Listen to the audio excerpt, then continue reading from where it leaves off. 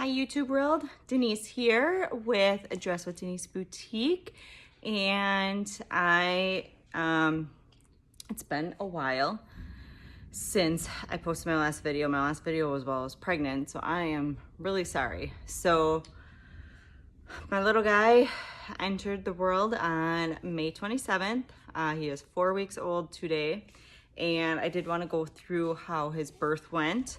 As I've said in other videos, this is my sixth pregnancy.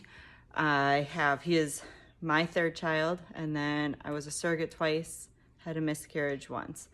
So he's my fifth birth, full-term birth. I was induced at 39 weeks and 2 days. Yes.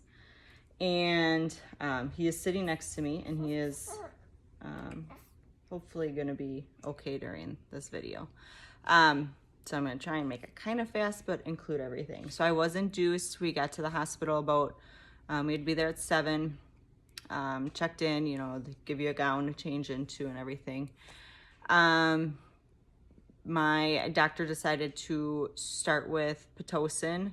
I've done Cervidil in the past with my first son when I was induced, but this time she decided Pitocin. I was at the previous week, my 38-week appointment or whatever. I was like 2.5 centimeters. I don't know how much I was effaced. So when I got there for the induction, she said I was about 2.5 to 3, I think I was about 3. And he had a little bit to go down, to move down. So I might have to hold him. So here he is. He's beautiful and perfect.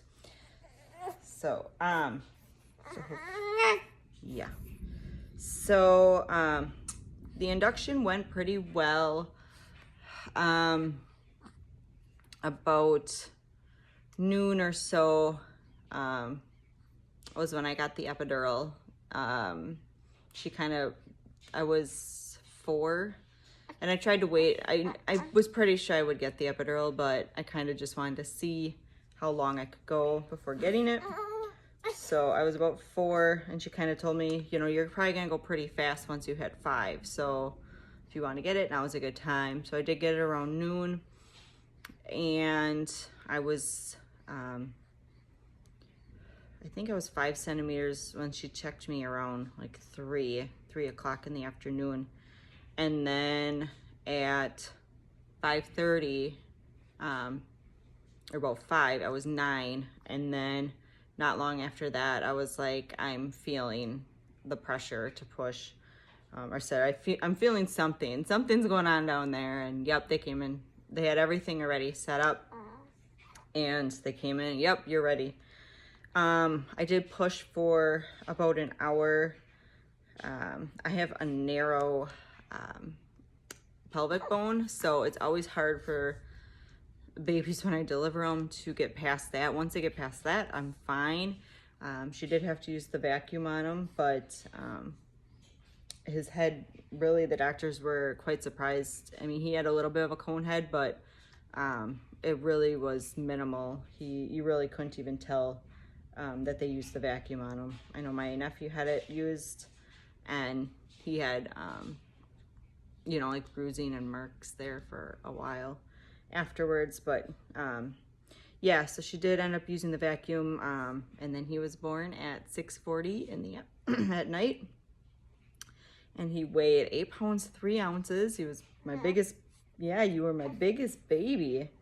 Yes, your brother was 6'10", and your sister was 7'3". So he was definitely the biggest, 20.5 inches.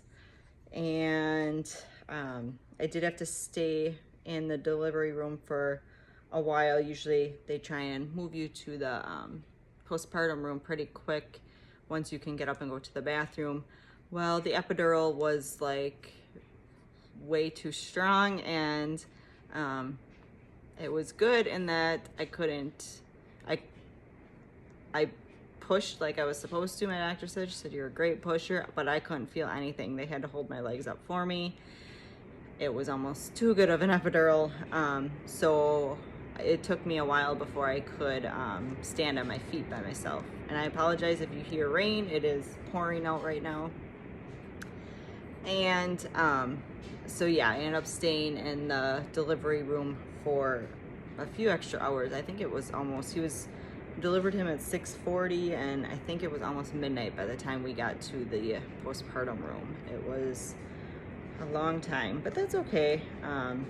You know, it all works out. I ended up staying in the hospital for 2 nights, counting that night. I stayed one more. I could have went home the following night once he got his 24-hour checks done, but I know from previous experience that that second night is always the hardest, and it definitely was. My husband actually came home to sleep that second night, and he was cluster feeding all night long that second night. The first night he slept quite a bit, actually. Like a lot of babies do, they sleep a lot that first 24 hours.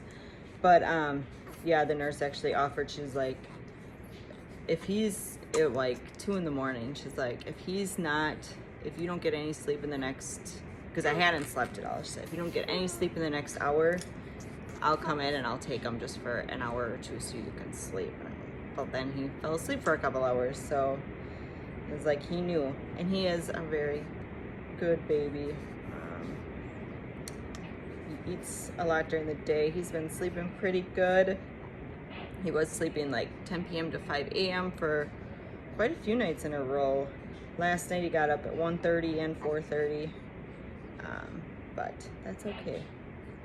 He is perfect. So that is my birth story, and I hope you will hit the subscribe button and like this video, and when I post more, hopefully they're a little bit more timely. I apologize that I waited 4 weeks to post this one, but you know, when you have a new baby, life kind of gets crazy, and so that's that. So thank you all for watching, and I will talk to y'all later.